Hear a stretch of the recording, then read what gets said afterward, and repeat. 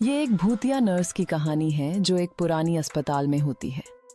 कई सालों पहले इस अस्पताल में एक नर्स थी जिसका नाम था सुषमा। सुषमा जो कभी मरीजों की देखभाल करती थी, अब एक भूत बन गई थी। उसकी आत्मा अस्पताल में बसी हुई थी और कोई नहीं जानता था कि वह क्या चाहती थी। एक रात कुछ मरीजों ने सुना कि सुषमा के कदमों की आवाज सुनाई दे रही है। वे समझ गए थे कि उनकी शांति को भंग करने के लिए वह वापस आई है। पेशेंट्स ने एक दूसरे से कहा कि अगर उन्होंने उसे नजरअंदाज किया तो वह उन्हें छोड़ देगी, लेकिन कौन जानता था कि उसकी इच्छाएं कभी खत्म नहीं होंगी। जैसे ही रात गहरी होती गई, सुषमा की आत्मा ने अपने अतीत को खोजने का फैसला किया जो उसके साथ हुआ था। किसी को नहीं पता था कि वह किसके लिए बदला लेना चाहती थी।